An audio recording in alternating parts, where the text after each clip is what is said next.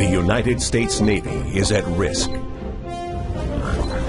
Right now, this very minute. Wave after wave of unwanted intrusions capable of striking anywhere on the planet, including right here at home. The probes are invisible, but they could potentially cripple our forces with as much devastation as any bomb or missile. This is all occurring in cyberspace, the worldwide domain where communications, intelligence gathering, kinetic operations, logistics, and command and control can be threatened at network speed. But the U.S. Navy stands ready to repel this threat and to maintain superiority in this new operational domain.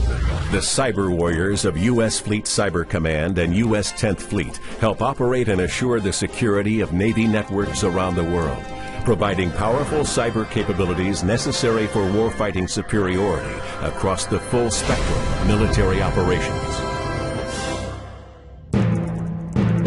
Any entity with access to the internet can operate in cyberspace, including criminals, terrorists, hacktivists, and nations large and small. As vast as the internet has become, cyberspace is even larger, with virtually all commerce and communications passing through electronic networks. From GPS systems to wireless phones, credit card scanners to automatic climate control systems, and the U.S. power grid, all are vulnerable to cyber attack. And so is our military. Each day, the Department of Defense alone receives 6 million probes. The traditional operational domains of maritime, land, air, and space have definite boundaries that separate one from the other. But a fifth operational domain, cyberspace, crosses all domains. Cyberspace is where the battles of the future will be won or lost. 10th Fleet is no stranger to unconventional missions. In World War II, submarines were the new menace, changing the very conventions of naval combat. 10th Fleet was formed to counter that threat, unifying intelligence and operations in one command for the first time. Today's 10th Fleet continues that tradition. The Chief of Naval Operations established U.S. Fleet Cyber Command and recommissioned U.S. 10th Fleet as the Navy's central operational authority for cyber, electronic warfare, networks, cryptology, signals intelligence, and information operations. This represents a landmark transition in the evolution of naval warfare, bringing information to the forefront of the Navy's 21st century arsenal. Almost every operation on board a naval vessel functions in cyberspace. It is the primary medium for Navy command and control, communications, computer, combat systems, and intelligence capabilities. All these systems must function effectively, even in the face of degradation or outright attack. That's the job of U.S. Fleet Cyber Command and U.S. 10th Fleet. To assure command and control, the Navy must maintain dynamic situational awareness. This is constant and total awareness in real time of the state of our networks and communications capabilities. I'm seeing a drop in capacity centered in the typhoon off Japan. We need to reroute our traffic until we can make sure it's reliable. An extension of dynamic situational awareness is dynamic network defense, the ability to proactively counter intrusions or hostile acts against our networks before they disrupt our operations, and to seamlessly maintain continuity of command and control. Battlewatch, Captain. I'm detecting a large amount of traffic flowing into the 5th Fleet MOC. Sir, our network sensor grid is indicating a malicious signature there as well.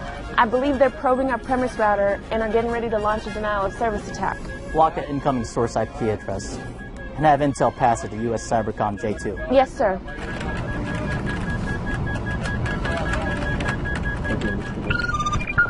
Sir, we got him. Good work. Dynamic network defense and situational awareness are necessary to enable 10th Fleet's third responsibility, full-spectrum cyberspace operations. This refers to a wide range of non-kinetic effects that can be used independently or to complement kinetic actions. Cyberspace operations can be as effective as a bomb or missile, but can be conducted from virtually anywhere on the planet, in real time. The sailors of 10th Fleet are cyber warriors, conducting operations in a critical modern domain. They're a force multiplier for both kinetic and non-kinetic naval operations, delivering timely, mission-critical information and capabilities to our commanders and operating forces worldwide.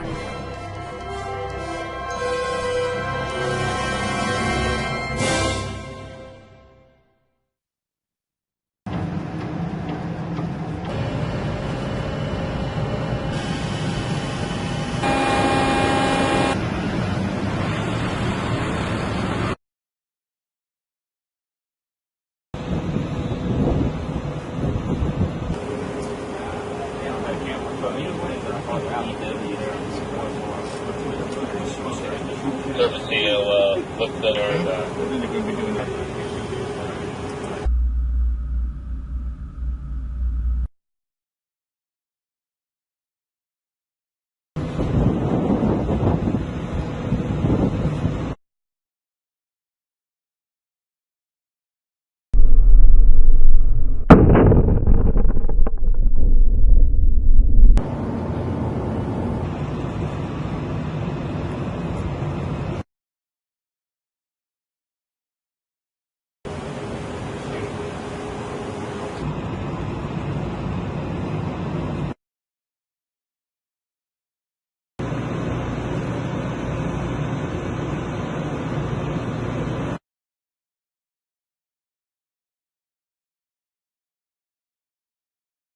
Come back away from 5-1 or they're going to illuminate down there tonight.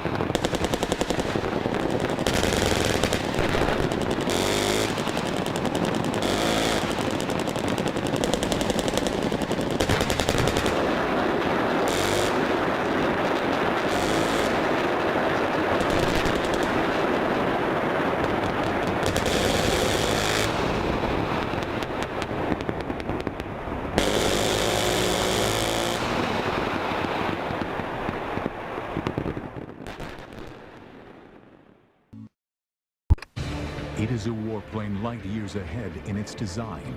A supersonic killing machine built to become the stealth fighter of the 21st century. Packing a deadly array of state-of-the-art missile systems, it excels at both close-in dogfighting and precision strike ground attacks. Invisible to enemy radar, it can intercept and strike any target without warning. America's newest superweapon, the F/A-22 Raptor, next on Modern Marvels.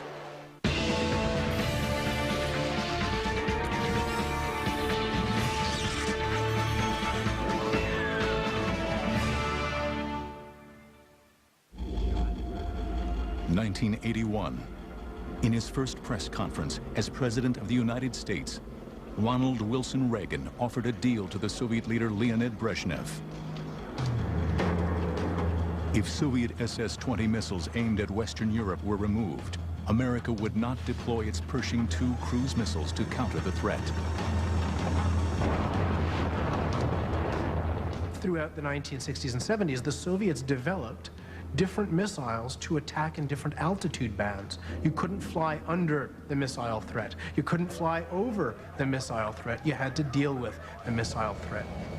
One way to do that is to make suppression of enemy air defense, that is destroying the missile sites and the radars, the most important mission for the Air Force. By the 1970s, air dominance had re-emerged as a top priority, and the U.S. Air Force committed to building its first pure air superiority fighter, an aircraft that would eventually become the F-15 Eagle. But just as F-15s became operational in 1978, alarming new evidence suggested that the new fighter's superiority might only be temporary. U.S. reconnaissance satellites passing over a Soviet flight test center north of Moscow discovered new Soviet fighters being tested. One was the agile fighter, the Mikoyan MiG-29. But the other came as a huge shock to Western analysts. It was bigger than the F-15 and far bigger than any previous Soviet-built fighter, the Sukhoi T-10 prototype. At that time, the Soviet Union initiated some very aggressive programs to come up with counters. And both Mikoyan and Sukhoi, both those design bureaus, initiated new aircraft development efforts. And it appeared that they were on a track that would field some very advanced fighters. If the MiG-29 had concerned the American military establishment, the existence of the Sukhoi T-10 set alarm bells ringing. These are very good aircraft. They're aircraft that play in the same league as some of the top NATO aircraft, like Phantom, and ultimately like F-15. The goal is world peace. Just weeks into his first term, America's 40th president increased U.S. defense spending by $32.5 billion and began the rearmament of the United States on a colossal scale. In 1981, the Cold War was getting very warm.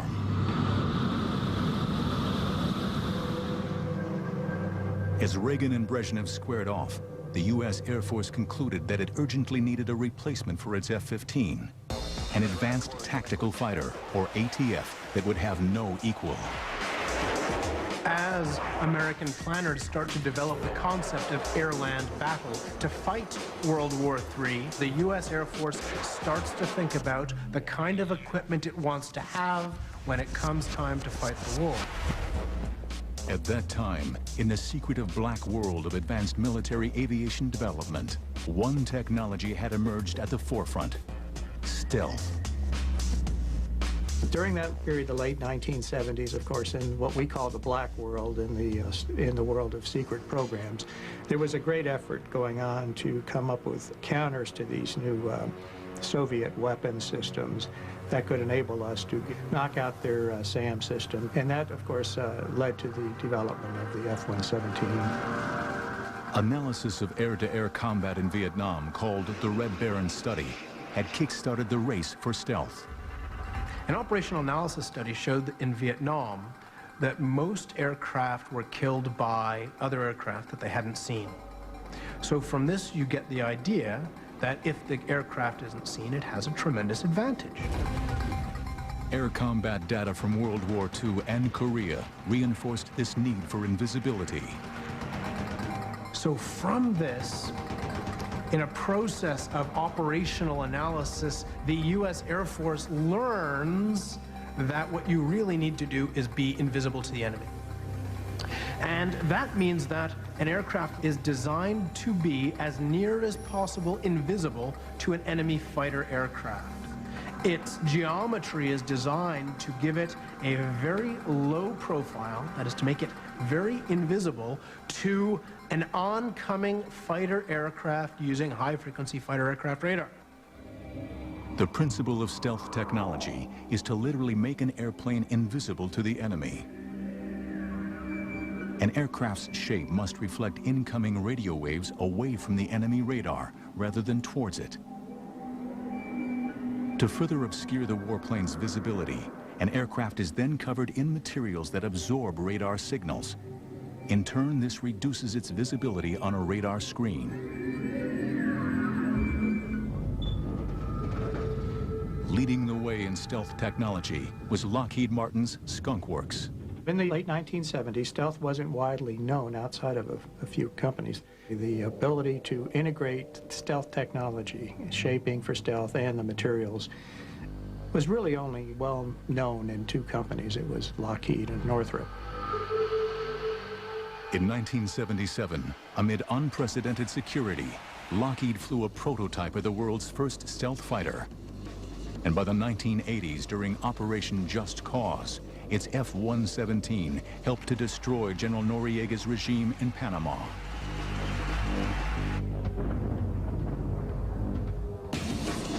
Now, the U.S. Air Force decided that any new fighter must incorporate stealth technology and identify two other areas in which a future air superiority fighter should excel.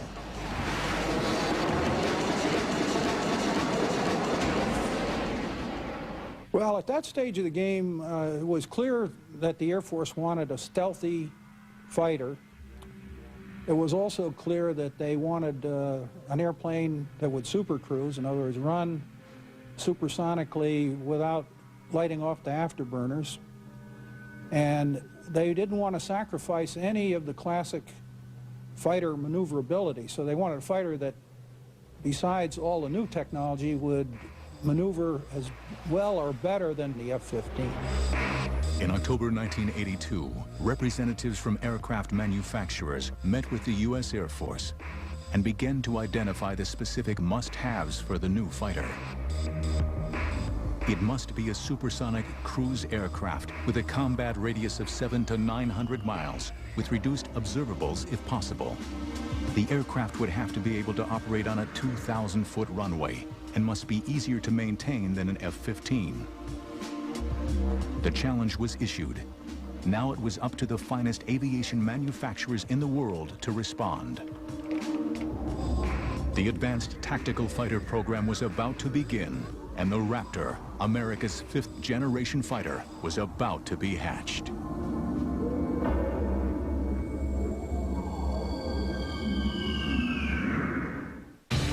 The FA-22 Raptor is so stealthy, it appears the size of a bumblebee when detected by radar, even though it's more than 62 feet long with a wingspan of 44 feet.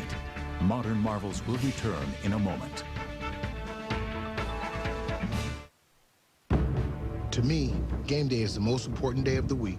It doesn't matter if it's the big game or tossing the ball around in my neighborhood. I believe that my performance is a reflection of how I take care of myself and how I want to live well. GNC Mega Man Sport Multivitamin helps me do just that. It's balanced nutrition in a proprietary sports blend, enhanced with antioxidants, prostate, and heart support, plus key amino acids, the building blocks for healthy muscles. Game day starts with my Mega Man Sport Multivitamin from GNC. Live well.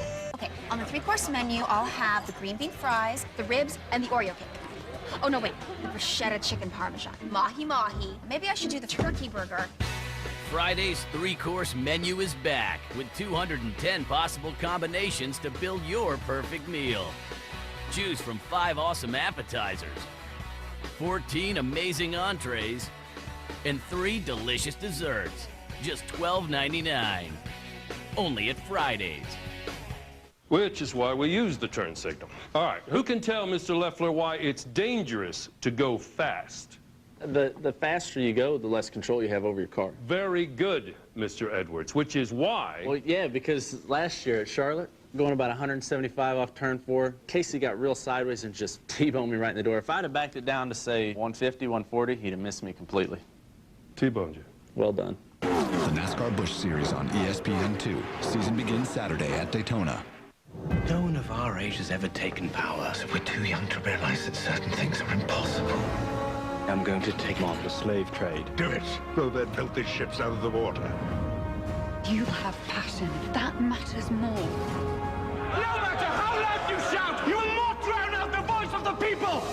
From the makers of Ray comes the first must-see film of the year. A sweeping epic, says Jeffrey Lyons. It's triumphant. Amazing Grace. Rated PG. Opens in theaters everywhere February 23rd. America's changing shape with Dexatrim Max 2.0. Now in 2 delicious new flavors. Gives me and my water a boost. Size 8, here I come. Helps curb cravings. A healthy way to max out your weight loss. Dexatrim Max 2.0. Max out your water. Sunday, the rules will be broken. Iconic predators will fight for their lives, threatened by outsiders, their environment, and arch enemies, because even the invincible are vulnerable. On Planet Carnivore, Sunday starting at 8 on Channel 276, the National Geographic Channel. Dare to explore. Cold sores are gonna clear up. Put on a happy face. Want them gone fast? Get Herpecin L. Unlike other treatments, it helps heal lips fast, soothe skin, and protects lips. Herpecin L. Just put on a happy face. Forensic science meets history to turn myth back into man. We want people to discover the real George Washington. We are using laser technology. A groundbreaking 2-year investigation ends the search for George Washington on Save Our History. Saturday night at 10 on the History Channel. Brought to you by Lowe's. Let's build something together. They were never trained for this.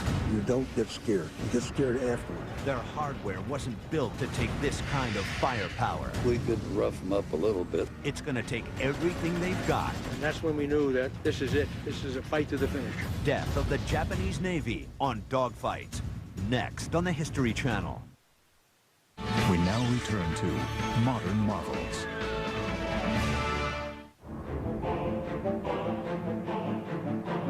By 1983, U.S.-Soviet relations had reached a new low. Following Leonid Brezhnev's death, the Politburo, now controlled by ex-KGB boss Yuri Andropov, was labeled by Reagan as the focus of evil in the modern world. Continuing his policy of rearmament, Reagan announced plans for the Strategic Defense Initiative, better known as Star Wars. Moscow reacted furiously. Попытки Вашингтона оправдать эти наращивания, которые американцы якобы должны наверстывать, это и мыслители. That August, when Korean Airlines Flight 007, on its way to Seoul from New York, strayed several hundred miles off course into Soviet airspace, Russia acted. A fighter was sent up, and the civilian airliner with 269 people on board was shot down.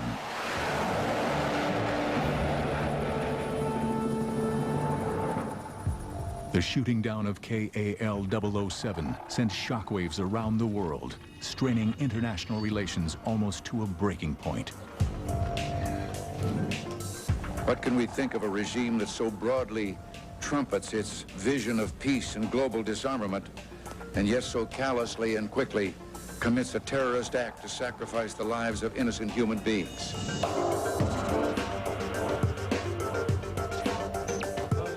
Reagan's reaction to the crisis strengthened U.S. conviction that stealth would now be the prime requirement for America's new fighter. Some senior people in the Pentagon looked at the stealth requirements and decided they were inadequate, and they radically changed them. So stealth became a really major, dominant requirement in the program. In this politically charged climate, the U.S. Air Force created its Advanced Tactical Fighter, or ATF, System Program Office. Based at Wright-Patterson Air Force Base in Ohio, Colonel Albert C. Piccirillo was placed in charge of the division. One of the things we really wanted was the ability to leverage stealth in a high-performance fighter. And we also wanted this high-performance fighter to still be capable of good close-in, within visual range maneuvering capability. In fact, we wanted more than just existing capability in some areas.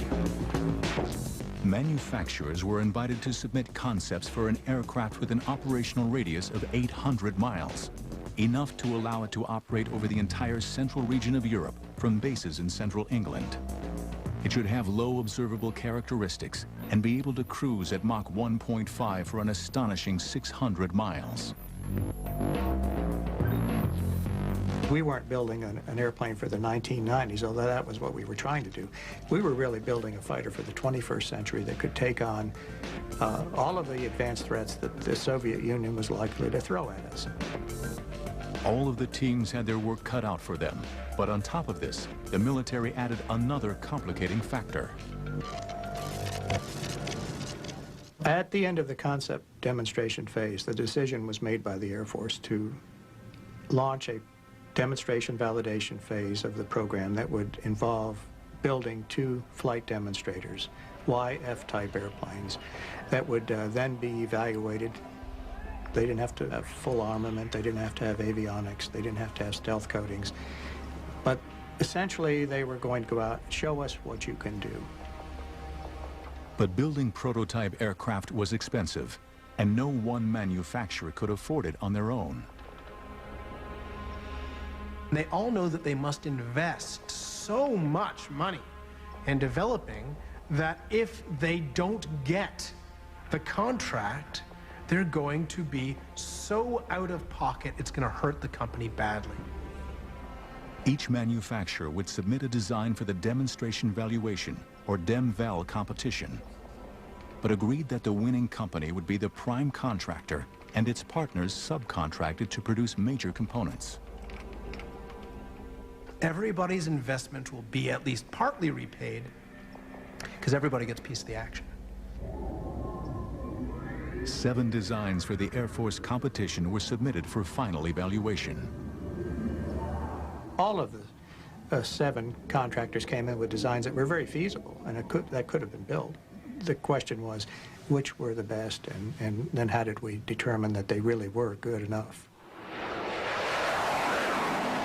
2 manufacturers with strong experience in stealth technology, Northrop Grumman with its B-2, and Lockheed Martin with its F-117 led the way.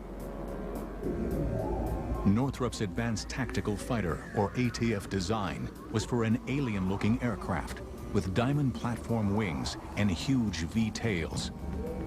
It was a design that stressed speed and stealth. Northrop came in with an airplane that really, from the very beginning, looked just like the YF-23 that eventually was built and flown. Lockheed's entry echoed that of the F-117.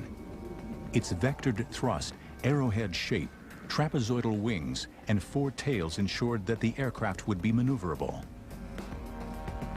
The fact was that Lockheed and Northrop had significant advantages in the fact that they had built stealth aircraft and flown them. There's a big credibility factor there. On October 31st, 1986, both Lockheed and Northrop's ATF designs were declared the winners.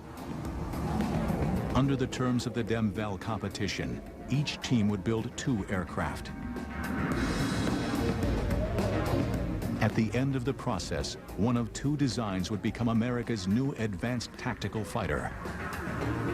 Costing billions of dollars, the new fighter would make a technological leap into the 21st century. The FA-22's radar system gives the aircraft a first look, first shot, first kill capability. That means it can see an enemy plane first, fire a missile, and destroy the target without the pilot ever knowing. Modern Marvels will return in a moment. They were never trained for this. You don't get scared. The Soviet Union, the shapes of the two rival designs were finally unveiled.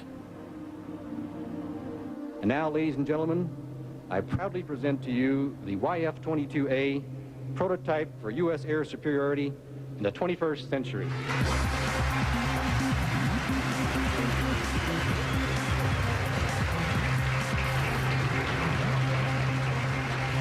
On behalf of the entire team, I am honored to present the YF-23.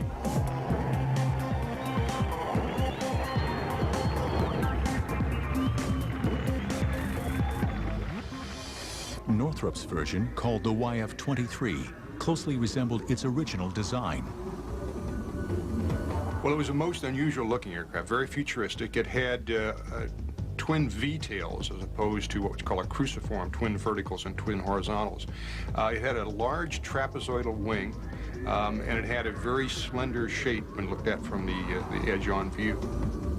In contrast, Lockheed's design, called the YF-22, seemed surprisingly conventional, with 4 tail surfaces, vectored thrust, a broad, solid body, and a conventional wing. But unlike Lockheed's other stealth aircraft, the F-117, radar-absorbent materials were not applied over the whole of the FA-22, but used selectively on its edges, cavities, and other crucial surface areas. You walk around the airplane, everywhere you look, what you see is something that's designed to do the job in the most efficient and effective way, and no wasted space, no wasted capability. It's truly an airplane that's intended and has been optimized for its job.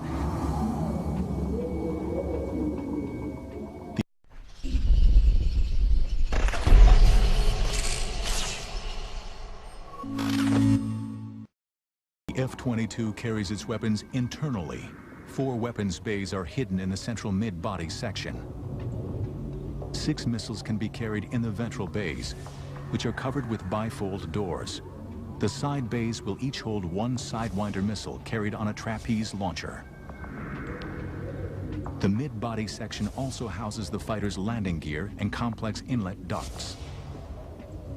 Right from day one on the F-22, we decided to put S-shaped inlet ducts on it. So the airplane is built with S-shaped inlet ducts so that there's no way a radar is ever seeing the forward face of the jet engine. Attached to the mid-body is the forebody, which accommodates the cockpit and advanced avionics. Both the YF-23 and the YF-22 are impressive-looking machines, but their performance still needs to be tested. The most crucial stage of the competition is still to come, the flight testing.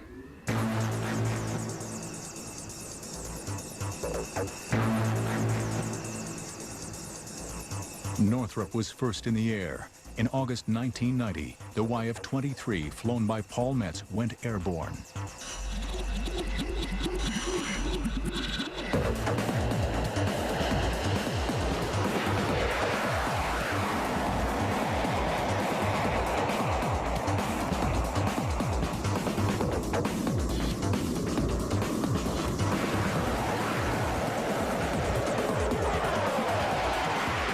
The test was a huge success. But Lockheed was quick to respond, and on September the 29th, at Edwards Air Force Base in California, Chief Test Pilot Dave Ferguson prepared the Raptor for its maiden flight.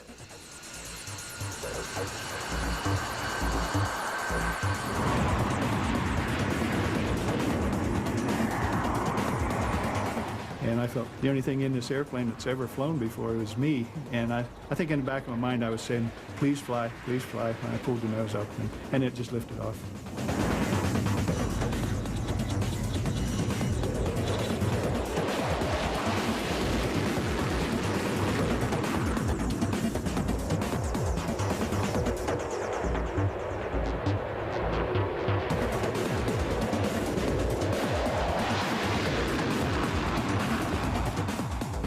I was fully aware we had a wonderful flying airplane, and The handling qualities in the takeoff and landing, or power approach as we call it, were just absolutely superb. When I landed and Sherman met me at the airplane, I said, "Hey boss, we really have a winner here." The way the F-22 performed was no surprise to anybody who was involved in the program, not at all. I mean, my money has been on the F-22 from early 1985, and it'll be there till I'm gone. Over the next 3 months, the Raptor underwent a whole series of tests.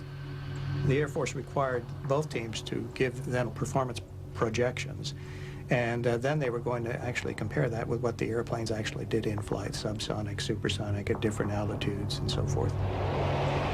The winner of this stage would earn a contract for 650 aircraft. The decision would hinge not just on what the contractors promised, but on the Air Force's confidence in their ability to deliver. We expected to get a lot of flying done in the 90 days. We actually got 72 flights out of 2 airplanes in 90 days. And that is about as good as you can do. During flight testing, the Raptor had beaten Northrop's YF-23 in a number of crucial performance areas. We focused on the supersonic testing, including supercruising, and we did something that Northrop didn't do, and that is we did launch a couple of missiles. We launched a Sidewinder out of the internal side bay on our prototype airplanes, and we launched an AMRAAM, long-range air-to-air missile, out of the internal weapon bays. The YF-22 had clearly shown that in every category, it was far superior to any existing fighter. The Air Force was very impressed by what Lockheed had done. Their flight test program was very aggressive. They flew hard and fast. They flew many more hours in sorties than Northrop did. And all of that gave the Air Force confidence that they knew what they were doing, high confidence, and they could build a superior airplane.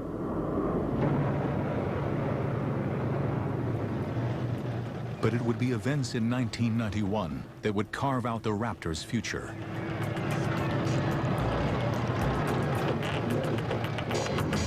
"22 minutes after midnight on January 17, 1991, Lockheed's stealth F-117 spearheaded U.S. strikes against Saddam Hussein's regime. The performance of Lockheed's stealth bombers during Operation Desert Storm gave the company and its aircraft some priceless publicity. I think clearly Lockheed was benefited in 1991 by the Gulf War, where the F-117 was a star performer. And there were skeptics of stealth, even as late as that. That had to be beneficial to the program. But another aircraft also emerged from the Gulf War with a glowing reputation.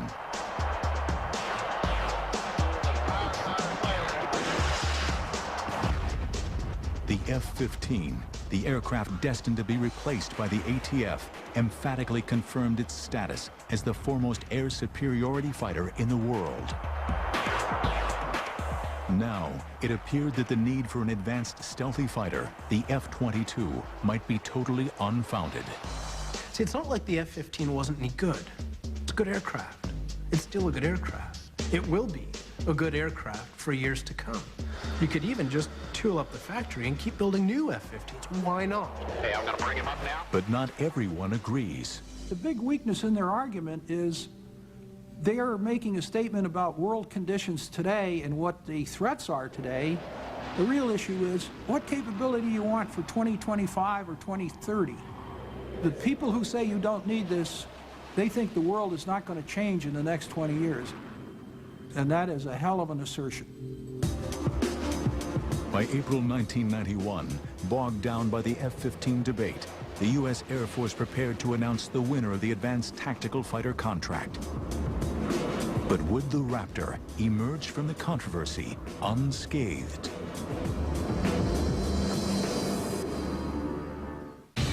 The FA-22 is the first fighter aircraft with the ability to supercruise. That means it can fly at a velocity of 1.5 times the speed of sound or greater without needing to engage afterburners. Modern marvels will return in a moment. Lockheed announced that it intended to locate the F-22's headquarters in Georgia, where the Raptor's forward fuselage would be built.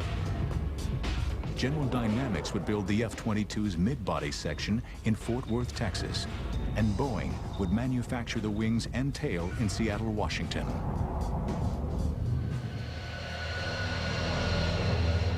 But just 8 months after the contract was awarded, the program hit its first major snag. We lost one of the YF-22s. Fortunately, the test pilot, who's a good friend of mine then and now, walked away unharmed. During preliminary testing, the unthinkable happened. A YF-22, flown by Tom Morgenfeld, crashed just after takeoff.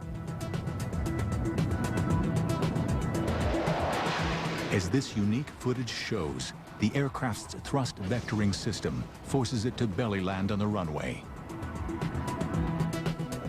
A key element of the Raptor's design, thrust vectoring, uses movable exhaust nozzles to alter the angle of thrust from the two Pratt & Whitney engines. As the Raptor makes its low-level flyby, Tom Morgenfeld keeps the stick forward to keep the nose down. But as the landing gear is retracted, the thrust vectoring engages and pushes the aircraft towards the tarmac.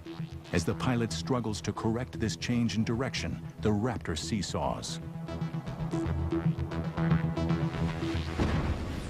The fundamental error there had nothing to do with the airplane. It had to do with the fact that you don't fly a green airplane and fly it at low speeds, at low altitudes. The cause of that accident was stupidity on the part of the management. It had nothing to do with technology. Despite the loss of the stealth aircraft, the program had achieved its major goals. 10 million man-hours of analysis, 4,000 hours of radar testing, and hundreds of hours of flight testing had gone into the development of the aircraft, even before construction was given the go-ahead. In fact, the F-22 accomplished more flight testing than any other fighter prior to full-scale production. The first FA-22 built for the U.S. Air Force was unveiled in a ceremony on April 9, 1997, at Lockheed's headquarters in Marietta, Georgia.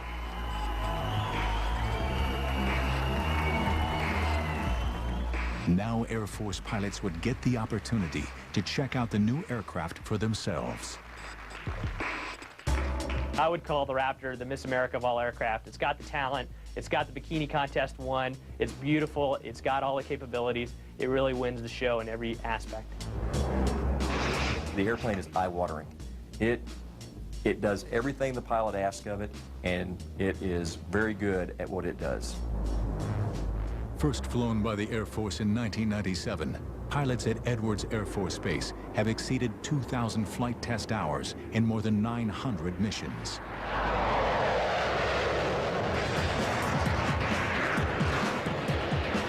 The first time I went out, one F-A-22, me, against 4 F-16s.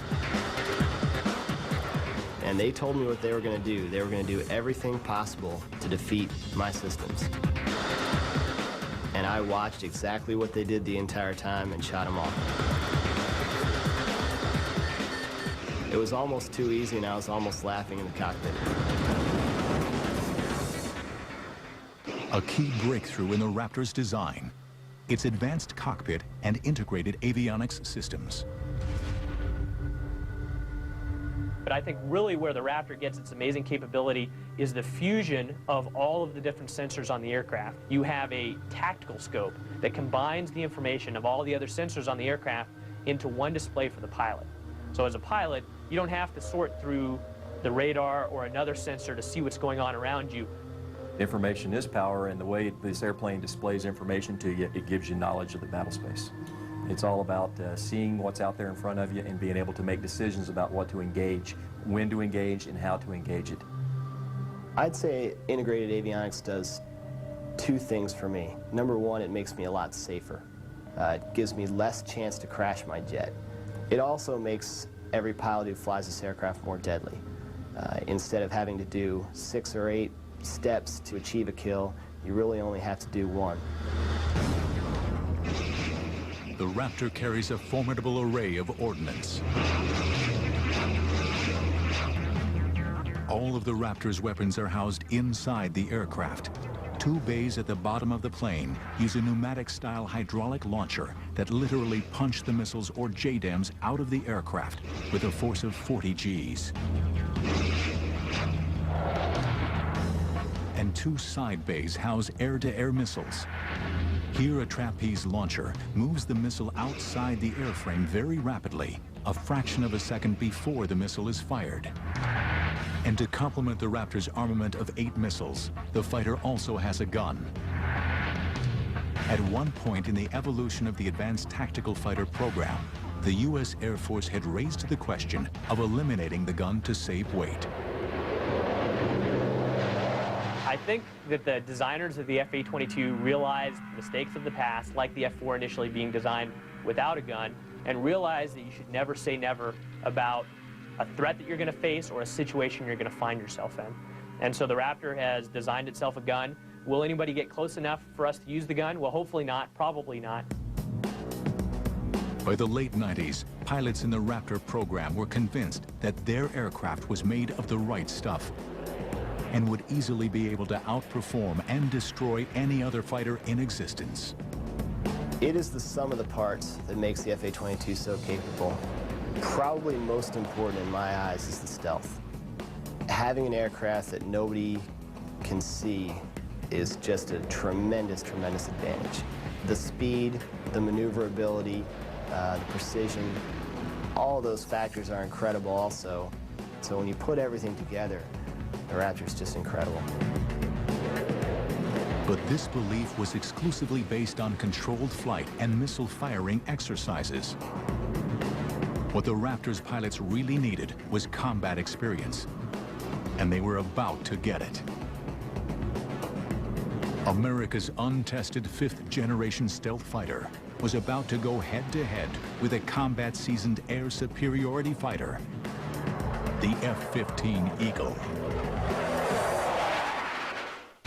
The Pentagon recently estimated that the total development and production cost of its current plan for 279 Raptors would come to nearly $72 billion.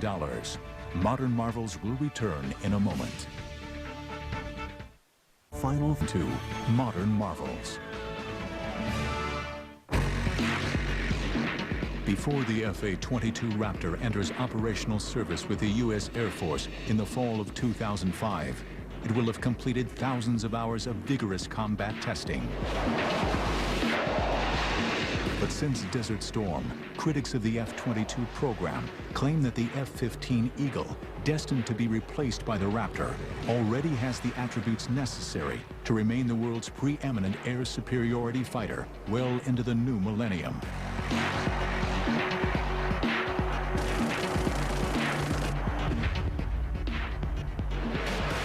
It is a view dismissed by the U.S. Air Force. If you look at the F-15 and the F-18 and compare it with existing fighters that are sold around the world today, you'll find that today we're almost at parity. If we ever run up against an enemy that has the ability in terms of the air crew to use those enemy fighters, we will have a tough time with the current generation. The F-15 is a great aircraft, and in air-to-air it is outstanding. However, with the production of new fighters that are being produced today and also some surface-to-air threats, there are situations in the F-15 that would make me nervous.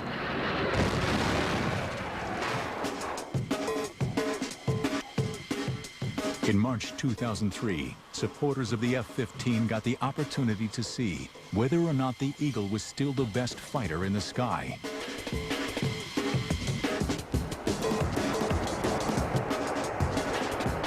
Five F-15s would go head-to-head with a single Raptor. Although no missiles would be used during the exercise, the sorties would closely resemble actual combat. No mercy would be given by either side. This was a kill or be killed exercise. There was 5 adversaries and me, and my biggest concern was running out of weapons too soon. All 5 F-15s were flown by experienced F-22 pilots.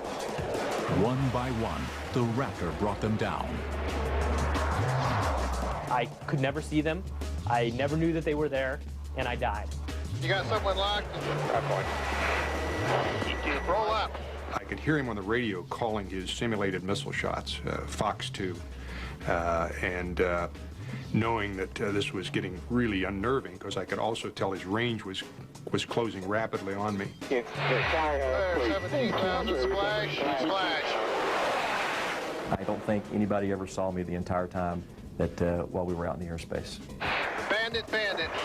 Fox. Fox. Could not find him, no matter what I did, and the next time was when he flew directly over the top of my airplane. I saw him visually. Well, in 3, 2, 1, snap. I know firsthand from flying the Raptor against other aircraft and flying other aircraft against the Raptor that it's like clubbing baby seals. It's so easy.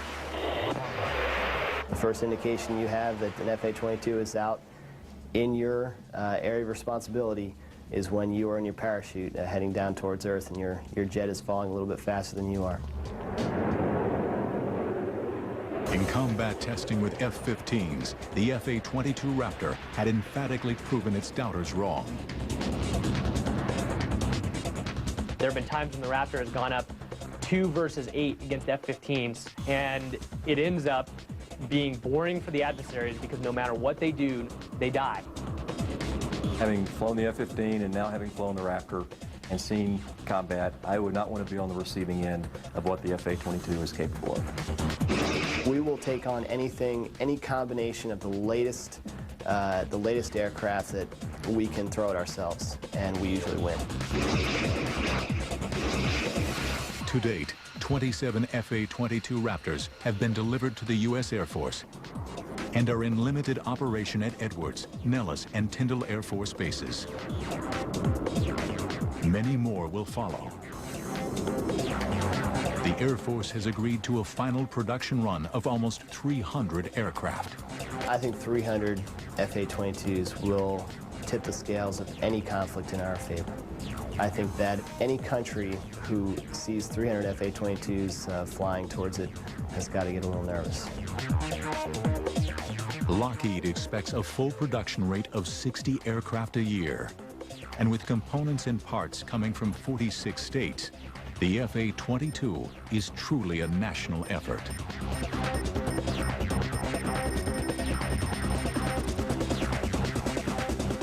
Costing a massive $93 million each, the Raptor is certainly the world's most expensive fighter aircraft. But for many, it is money well spent. Yeah, this is something special. This is not like an F-15 on steroids or an F-16 on steroids. This is the real thing with a leap of technology that's orders of magnitude better than what we have now. The interesting thing about the F-22, though, is it is a fixed volume with an infinitely increasing ability in terms of its computer capabilities. If you think about the airplane, it has fixed holes in the sides of the fuselage where computers sit today. In the future, there will be more computer capacity that requires less power going in that same physical hole. So the F/A-22, over the course of its life, will only become a more and more flexible and more potent machine as computer capacity increases. America's F/A-22 Raptor was created out of the Cold War fear that Russian-made fighters would sweep aside the F-15. But the world has changed since the frigid days of the Cold War.